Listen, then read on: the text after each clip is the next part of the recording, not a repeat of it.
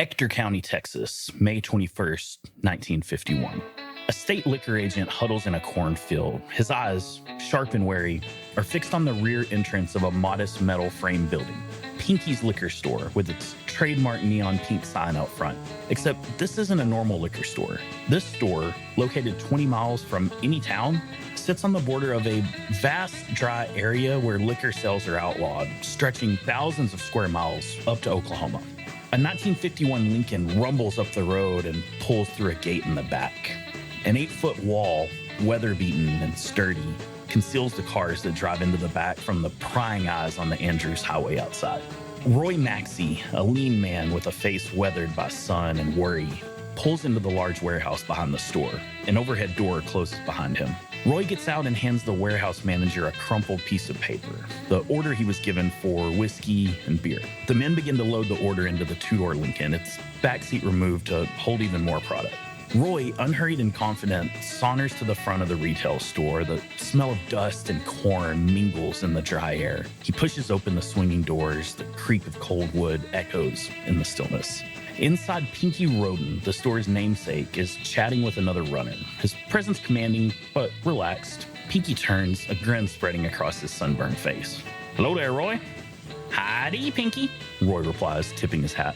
Pinkie leans casually against a case of beer, the bottles clinking softly. "How's your car running?" Roy brightens. "Just fine. Ain't noticed no trouble." "That's good. How's the heat up in Lubbock?"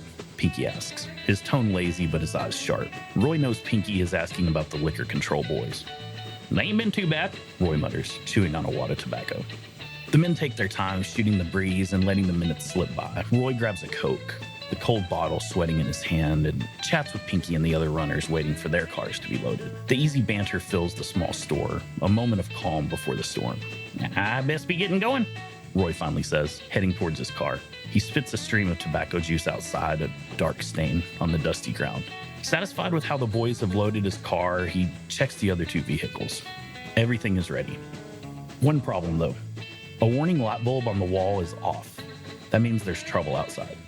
He signals to a kid manning the door. The garage door creaks open and out lunges a late model red Cadillac, its engine growling like a caged beast. Tires squeal, kicking up a flurry of dust as the driver spins the wheel sharply and speeds off. Within seconds, the liquor agent and his colleague, who have been watching in the cornfield, race off in pursuit, their own tires screaming as they take off. The red Cadillac leads them on a wild chase down a lonely road. A few minutes later, Roy glances over and the light bulb illuminates. The coast is clear. Roy and another vehicle quietly emerge from the garage and head in the opposite direction. The agents soon overtake the Cadillac, their frustration palpable when they find nothing inside. "A damn decoy," one agent grumbles, kicking the dust. Meanwhile, the real cargo is on the move. Maxey turns northwest in his Lincoln, and the other car veers southeast towards Abilene. Roy's backseat is crammed with half pints of bootleg whiskey and beer, bound for the thirsty clientele in Lubbock, the bootlegging capital of the world. The game was getting riskier, the stakes higher with each passing day. Roy couldn't shake the feeling that someday his luck was going to run out. And when it did, the price would be steeper than any of them could imagine. But for now, though, the wheels kept turning. Roy takes dirt roads, traveling with his headlights off, a phantom in the night, up farm to market and county roads he has down by heart. Now, normally he would avoid towns altogether, but tonight, he's got one stop to make on his way.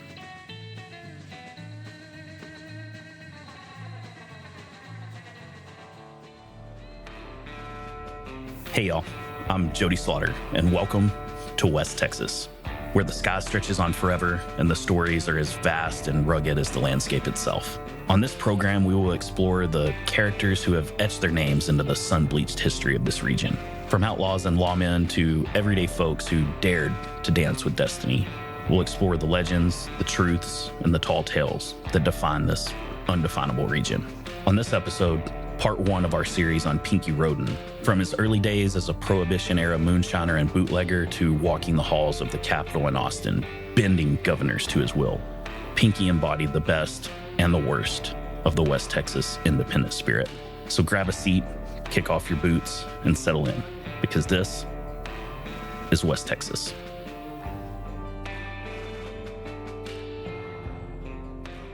Thomas Watson Roden was born March 28, 1911 in Chalk Mountain, Texas. His parents, A.H. and Allie Roden, were quite the pair. A.H. was a cowboy running cattle drives before settling down and becoming a leader in the Primitive Baptist movement. He even earned a pharmacy degree and opened a drugstore in Glen Rose, where the family moved soon after Tom was born.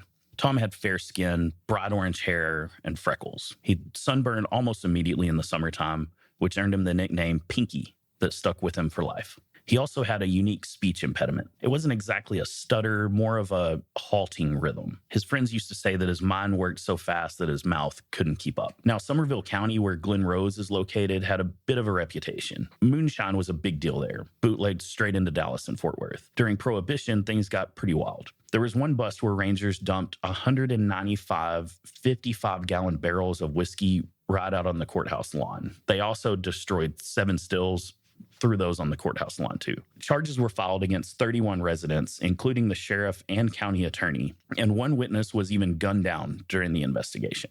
So Pinkie grew up in this mix of outlaws and bootleggers while his parents were practicing one of the most strict faiths you could find, even by Baptist standards.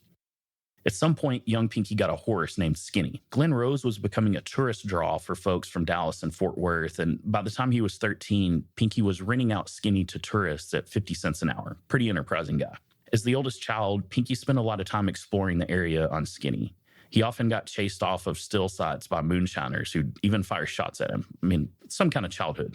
Described as shy and awkward in social situations, Pinkie was fearless, especially when on Skinny. His father, though, was a stern disciplinarian. He wasn't thrilled with Pinkie's wild streak. Once when Pinkie came home late for supper, his dad locked him in the family's storm cellar. A.H. tried to keep Pinkie under his watch by employing him at the family drugstore, but Pinkie wasn't having it.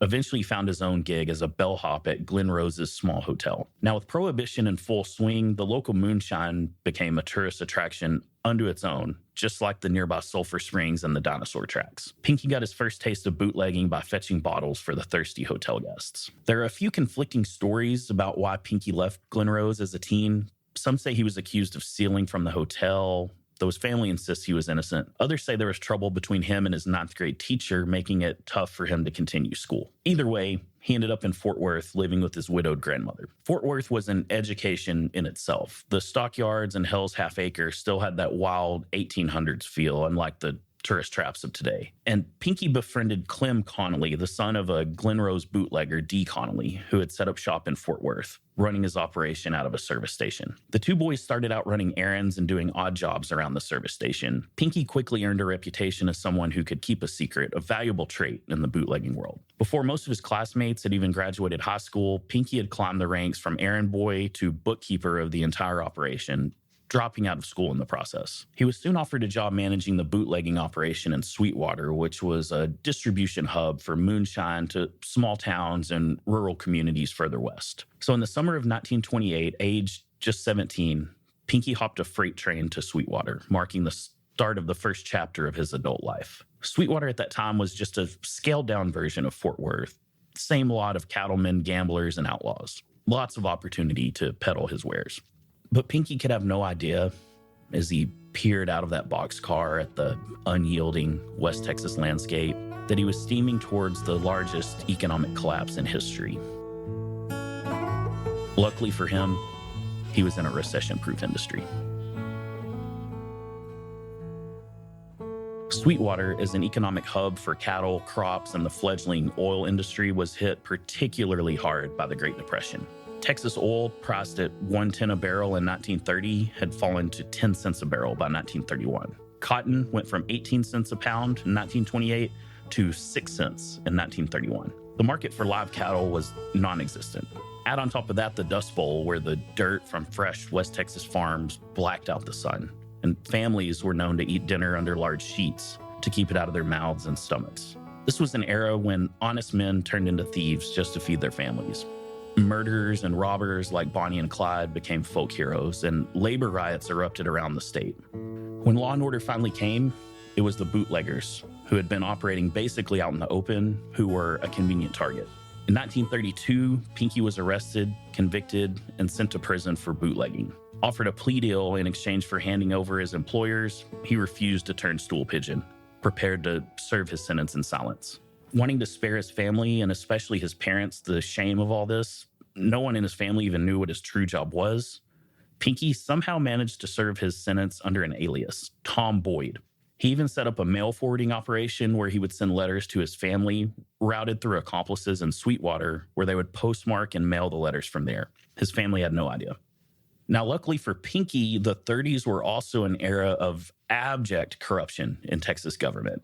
And Governor Ma Ferguson, in office after the impeachment of her husband, Paul Ferguson, for embezzlement, bribery, and coercion, kept the family business going. She allegedly traded bribes and favors for clemency declarations and pardons. She granted almost 3,600 clemency requests during her 2 terms.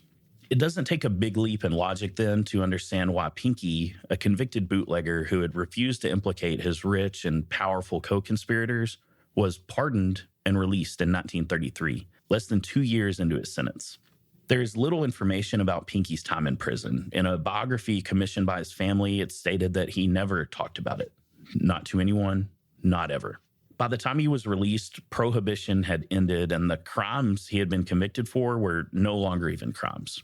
So now Pinkie, aged 22 and already an ex-con, had a choice to make. Return to the seedy world of bootlegging or find a new, legitimate career. With Prohibition over, was bootlegging even still a viable career path? To understand the choice he made, it helps to understand how the liquor laws worked in Texas. That's something that few at the time could even do, but we'll try here. In the days of the Old West, if you listen to our first episode about Roy Bean, that would have been this era, alcohol was totally unregulated in Texas. Saloons could spring up overnight with a tent and a barrel of whiskey. In 1876, with the drafting of a new Texas Constitution, the option was put in place for cities or counties to hold elections to become wet or dry. So you could have a wet city within a dry county or vice versa. In 1887, that was amended to allow these wet-dry decisions to be made only at the county level. The whole county was either wet or dry. Now, of course, this was all made moot in 1920 when the Volstead Act made the manufacture and sale of alcohol illegal across the U.S. But after repeal in 1933, Texas reverted back to the 1887 law, where wet-dry elections were made by counties as a whole. By 1935, all 254 Texas counties held elections, and with few exceptions, the northern half of the state voted completely dry, while the southern half of the state voted wet or semi-wet. Some allowed beer, but not liquor. In Lubbock, for instance, one would need to drive at least 4 counties in any direction to buy a legal drink. So the way Pinkie saw it, Prohibition wasn't dead in West Texas. It wasn't even injured. And there was still plenty of opportunity for a seasoned bootlegger like himself to ply his trade. Not only that, but due to the wet, dry patchwork of counties, he could set up a totally legal retail operation in a wet county, shielded from most legal jeopardy, while he distributed into the dry counties. The way he saw it, as long as the sale happened in a wet county, he had no culpability for what the purchaser did with it or where they took it afterward. One problem, though, in 1935, the state established a new agency, the Texas Liquor Control Board, now known as the Texas Alcoholic Beverage Commission, or TABC.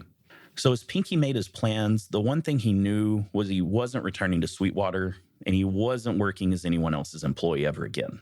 The only question that remained was where to plant the seed for the empire he wanted to build. In early 1934, he set out to find his new home, while also exploring the vast expanses of West Texas and meeting the men and women who would soon be his customers. He took Highway 84 up through Snyder, Post, Lubbock, and Littlefield. He took Highway 87 down from Amarillo through Plainview, La Mesa, Big Spring, and San Angelo, then west out to Midland, Odessa, and Andrews. He was known to only put 5 gallons of gas in his car at a time, giving him an inconspicuous reason to stop in every town. There, he visited with anyone he could, chewing the fat about politics or the weather, while silently making mental notes of economic conditions, law enforcement presence, church influence, and the names of any important people he may want to ingratiate himself with in the future. After his West Texas tour, he selected San Angelo as his new base of operations. Ranching and oil economy, railroad access, a military base, and legal packaged alcohol sales. It was perfect. Just one problem, though. A bootlegger had already established himself there and had already built the political and law enforcement apparatus to keep a startup like Pinkie out. So, unable to ever really establish himself in San Angelo, he pivoted quickly to his second choice, Big Spring. Upon arriving in Big Spring, he booked a high corner room at the 7-story Crawford Hotel. From this vantage point, binoculars in hand, he was able to watch the comings and goings of the liquor enforcement agents at their offices across the street. He also became a fixture at the local hotspots around town, the coffee shop, the barber shop, and the pool hall, making friends and immersing himself in the town gossip. Either due to his disapproving parents or his criminal history, Pinkie permitted his operation under the name of a childhood friend, Morris Dave Davis, and opened Dave's Liquor Shop. It was an immediate hit with travelers and townsfolk, as well as attracting bootleggers from nearby dry counties, as designed. If Pinkie loved traveling the highways and glad-handing in cities all over West Texas, he also worked at night to find bootlegging routes across the region that avoided highways and towns. It was later said that he could drive better in darkness than daylight and could drive from Odessa to Dallas without even crossing a major highway. That's impressive work. He also managed to concoct a route from Big Spring to Lubbock without going through a single town of any size. At one point, even convincing a rancher to give him a gate key so he or his drivers could cut through the property on their deliveries. He may have been too successful too quickly, however, as voters in wet Big Spring were apparently not ready to go this wet. After a referendum in 1938, Big Spring voters chose to go dry, and Dave's Liquor Shop had to close its doors. Pinkie told the local police chief at that time that if it stays dry, I'll still be selling whiskey in Big Spring. You know that. But officially, Pinkie was done in Big Spring. For now, at least. On down the list to his third choice, Odessa.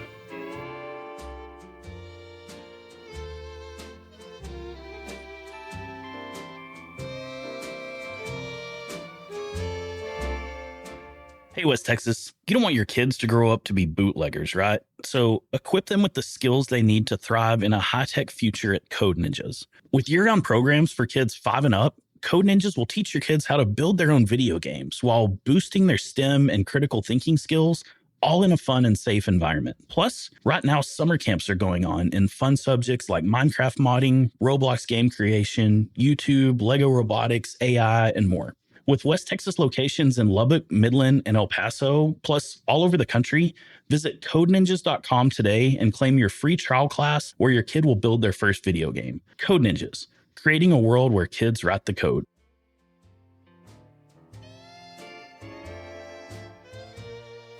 If San Angelo and Big Spring made sense from an economic standpoint for Pinkie's headquarters, he would soon find that Odessa had the heart and soul of an outlaw's paradise. AP journalist Mike Cochran, who would report extensively on Pinkie, called Odessa at that time, quote, young and brash and prone to wink at any law that might intrude on the good times, end quote. And if West Texas was the last part of the country to be tamed, then Odessa was the last place in Texas to do so. Even into the 60s and 70s, it was rife with illegal bars, gambling, and general vice, due in no small part to Pinkie himself. There's a reason why Odessa was the single wet jurisdiction in a vast expanse stretching from the Panhandle to the Pecos. And if that naive young boy riding a boxcar to Sweetwater a decade earlier had no idea of the economic depression he was riding into, surely a seasoned operator like Pinkie in 1938 saw the opportunity spreading out before him in Odessa. Intensive oil drilling had begun in Ector County just a handful of years earlier, and Odessa was in the very early stages of one of the largest oil booms in history, one that, with periodic pullbacks, continues even to this day. Mesquite scrub fields transformed overnight into lines of pipe yards, equipment companies, and impromptu housing. Dust Bowl era farm boys became rig hands. Wildcatters from East Texas made their way across the state to stake their claim, and when they hit it rich, the whiskey flowed, and high-stakes card games sprung out of the desert like a prickly pear. Within a year, Pinkie had established not one, but 2 package stores, and for whatever reason, now felt free to operate under his own name. Pinkie's Liquor, plastered above the stores in bright pink neon paint. As expected, Pinkie's was a smashing success. With World War II and its insatiable thirst for oil, Odessa's population skyrocketed. The cowboy town of just 2,400 in 1930 would grow to almost 25,000 by 1950. Pinkie, maybe as much as anyone outside of a few lucky wildcatters, cashed in on this boom. Just a few years after the war, as more wet precincts were springing up, Pinkie had stores in Coahoma, Monahans, Carlsbad, San Angelo, Menard, and was back in business in Big Spring, this time with 2 stores there. Now, he didn't run his bootlegging operation out of all of them. That was too many variables. One store would service the bootleggers and the others would be totally clean. Now, no one will admit to this, but there's a pretty compelling narrative that can be pieced together from his financial records, later subpoenaed by the state. In November 1950, one of his Big Spring stores was doing $150,000 a month in sales. That's a jaw-dropping revenue number, even by today's standards. But in 2024 dollars, that's almost $2 million per month from a city with a population of just 17,000 people. Big Spring voters, not able to make up their minds, went dry again in 1951, and the Big Spring store closed again. Overnight, Pinkie's Country Club store in Odessa went from revenues of $50,000 a month to $200,000 a month. In April of 1952, Pinkie opened a brand new store in Ector County known as the Farm Store.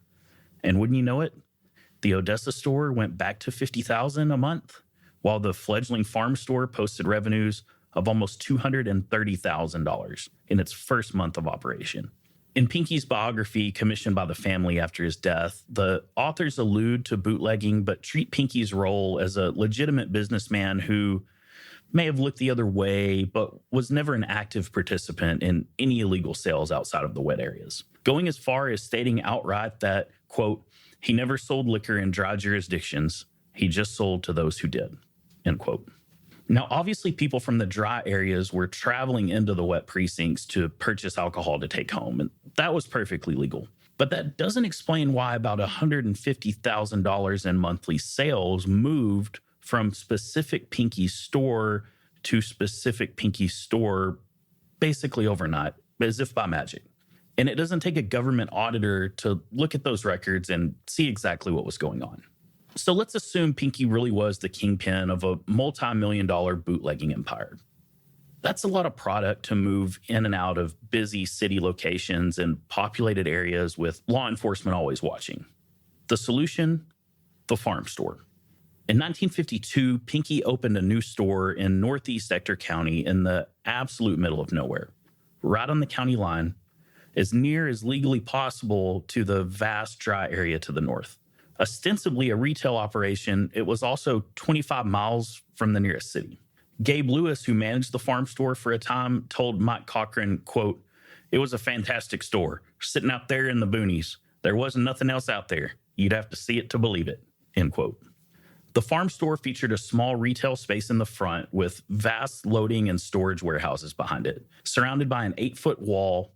Pinkie would later testify that this wall only served to protect his delicate rose bushes from the wind, as well as to hide the eyesore of stacked beer crates from passersby. Yeah, right, Pinkie.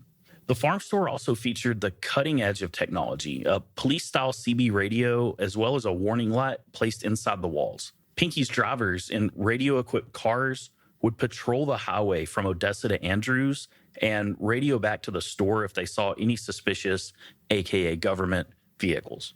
As long as the light stayed lit, bootleggers were free to come and go. If it turned off, though, time to hunker down and wait for the fuzz to skedaddle.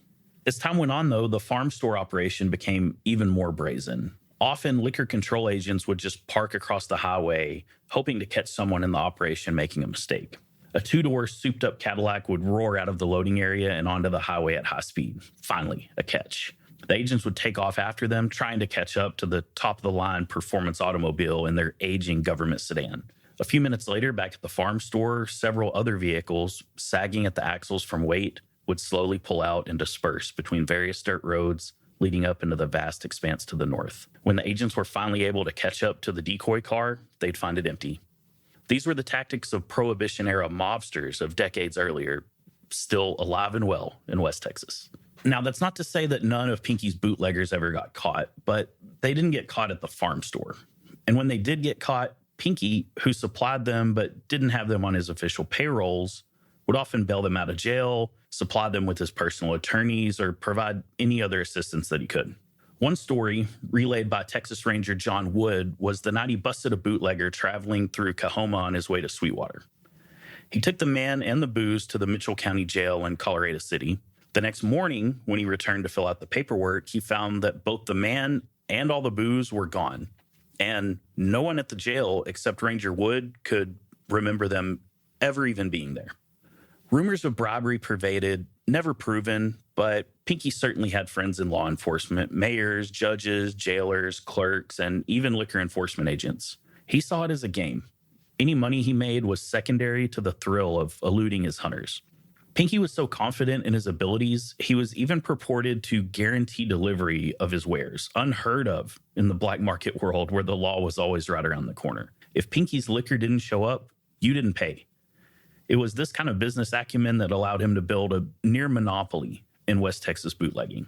His vehicle fleet was legendary, brand new, top-of-the-line Cadillacs, Lincolns, and Buicks, overhauled for peak horsepower and speed. Coach Stevenson Jr., for a time the statewide administrator of the Liquor Control Board, relayed a story of one of his agents asking for funds to purchase newer vehicles because they couldn't catch Pinkie's bootleggers. That request was denied, but a compromise was reached. The liquor agents were given funds to purchase some of Pinkie's used cars. "They're faster than anything we've got," an agent was quoted as saying. A reporter for the Lubbock Avalanche Journal in the 50s said that Pinkie's distribution infrastructure even featured fake-bottom cattle trucks, taxis, and, get this, a hearse. Pinkie also kept stash houses in the dry areas that could be used for storage and distribution. His farm store owned a filling station in Levelland that Pinkie would later tell investigators he didn't even know existed. He must have learned from his days in Fort Worth that a filling station with cars coming and going all the time was the perfect cover. Some of these stash houses even had elaborate mechanisms to conceal Pinkie's booze. In a Big Spring house, likely acquired during one of the dry stints, Pinkie had a contractor dig a basement accessed from within a closet. The dirt was carried out at night to avoid suspicion. A hydraulic lift and bucket system was installed, covered by a false floor in the closet. Up to 100 cases of whiskey could be stored down there, ready to go around the clock. At a motel in Sweetwater, Pinkie had crews dig a 20-foot well and installed a stringed assembly of buckets that could hold whiskey bottles. An electric motor rotated the apparatus. An emergency button was installed in the motel lobby that, if activated during a raid, would automatically dump the bottles down to the concrete bottom of the well, shattering them. Glass bottles of ammonia were interspersed with the whiskey, designed to also break and discourage any attempts at retrieving the evidence. Brilliant stuff.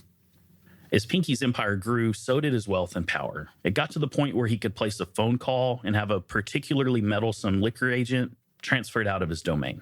He even began to dabble in politics, supporting local option elections to go wet if it suited him to put a store in that location, but also opposing those same votes in other counties where he didn't want his bootlegging activities disturbed. This would be the beginning of an unholy alliance with many churches who opposed going wet on moral grounds. Pinkie was more than happy to make donations where needed to support these efforts when it suited him, even while viciously fighting them elsewhere. By the early 1950s, Pinkie was on top of West Texas and, by definition, the world.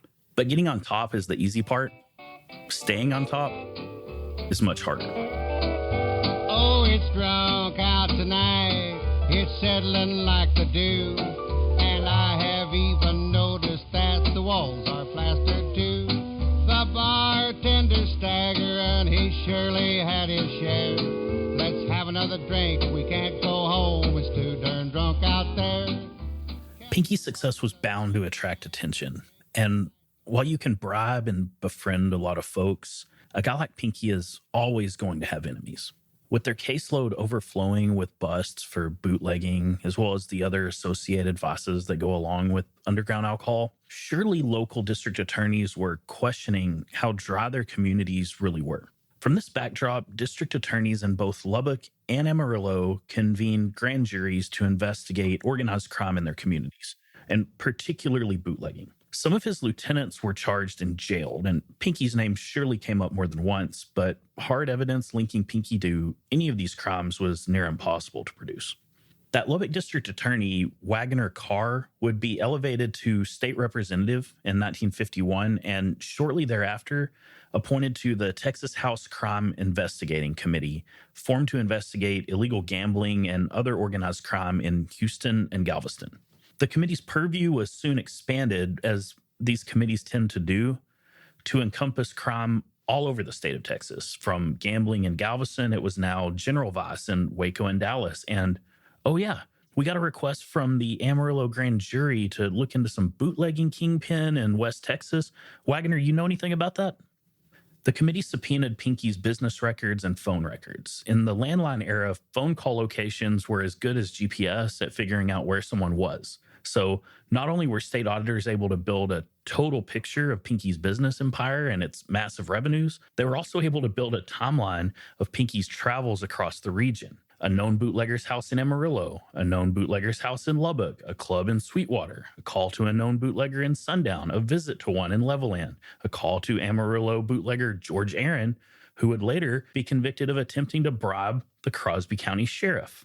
Maybe it was all circumstantial evidence, but boy howdy, did it look bad for Pinkie. On top of the records, the committee also issued 50 subpoenas to Pinkie and a host of employees and associates to testify under oath about Pinkie's chain of stores and their activity, scheduling 2 days of hearings in Amarillo that were broadcast via radio around the state. Before these subpoenas could be served, however, 14 of the witnesses fled the state and were unable to be located. One of those subpoenaed was found in New Mexico, coincidentally having an appendectomy performed at the exact time he was to testify. Now, that takes guts. Pinkie did show up to testify, accompanied by his lawyer. He was friendly, soft-spoken, and polite to Carr, who questioned him for over 2 hours. He was asked directly and blatantly denied ever having paid off any public servants or liquor enforcement agents. Carr even blatantly asked him if he ordered the murder of a Lubbock man earlier that year, which Pinkie denied and said he only knew of from reading it in the paper. Pinkie, on advice of counsel, quote, refused to answer on grounds that it may incriminate himself, end quote, over 24 times. And that's just how many I counted. I'm sure I missed some. He pled the fifth on questions as basic as, do you or your corporation own a filling station anywhere? Or do you have any financial interest in Pinkie's corporation? Now, on that note, we should take an aside here to quickly discuss the financial structure of Pinkie's. Without getting into the weeds, at some point in the early 50s, Pinkie set up holding corporations for his stores and transferred ownership into those corporations. He held no stock in these corporations, wasn't an officer, and wasn't a board member. Now, the president of these companies, a Pinkie associate, held almost all of the shares and issued a promissory note to Pinkie against those shares.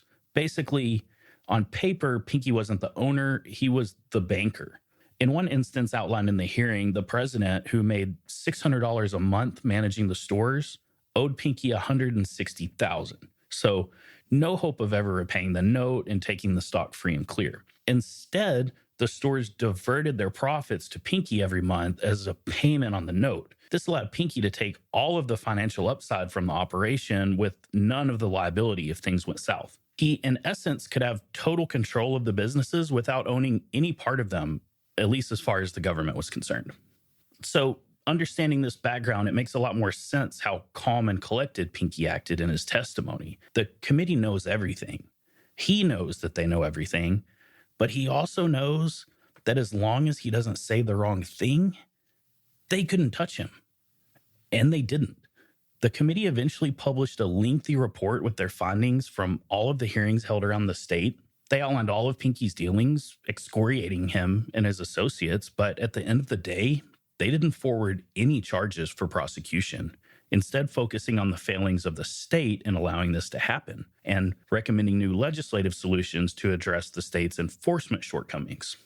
Now, if Pinkie was calm and mild-mannered in front of the committee, behind the scenes, he must have been furious. This was a fiercely private man putting on the public facade of a reputable businessman who, without being charged with any crime whatsoever, had his business records, phone calls, meetings, and whereabouts published in the Journal of the Texas House of Representatives, not to mention broadcast around the state, all the while being accused of everything from bribery to murder. Pinkie may have had powerful friends in Lubbock and Amarillo and Odessa, but they didn't protect him from this humiliation. What he didn't have were powerful friends in Austin. That would have to change.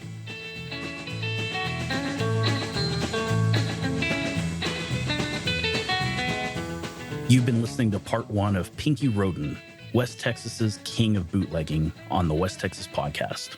I'm Jody Slaughter. In part 2, we'll dive deep into the high-stakes world of Pinkie's political maneuvering and his relentless pursuit to shape Texas liquor law to his advantage, even writing the very laws he was expected to abide by. From building an underground casino in West Texas that could rival anything in Las Vegas, including high-stakes poker games that drew professional players from all over the world, to founding universities, hospitals, and finding love. But there's a dark side to Pinkie's empire that's barely talked about, even today. We'll expose the ruthless tactics from price fixing to gunplay and mysterious fires, and the lengths he went to maintain his control over the liquor industry. Join us next time as we uncover the complex legacy of Pinkie Roden, a man who, for good or bad, forever shaped the very fabric of West Texas. You won't want to miss it.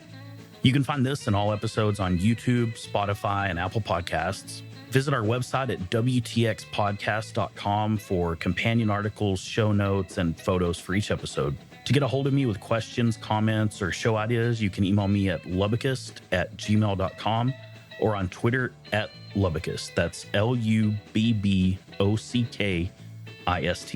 This episode was written, produced, engineered, and edited by me, Jody Slaughter.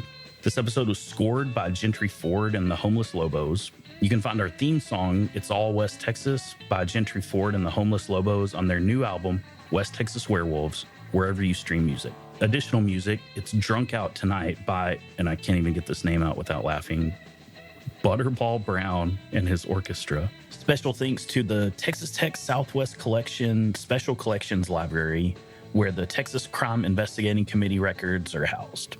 Thanks for listening, and until next time, so long. From West Texas.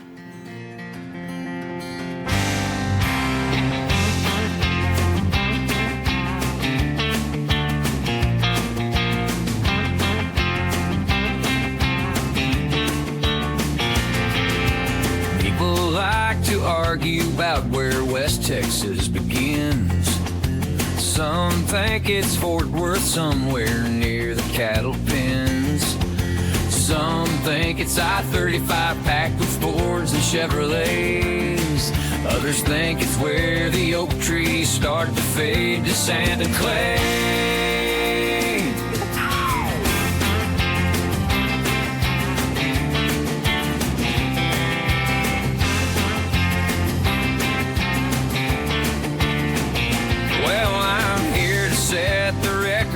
Straight once and for all. It's all West Texas. It's all West Texas. Whether you're surrounded by John Deere's or Lexus, congrats, you're in West Texas. And Pecos Valley purists think they've got the winning hand, but they ain't gonna paint me as some Eastern Yankee man. It's all West Texas. It's all West Texas. Whether you're surrounded by John Deere's or Lexus, congrats, you're in West Texas.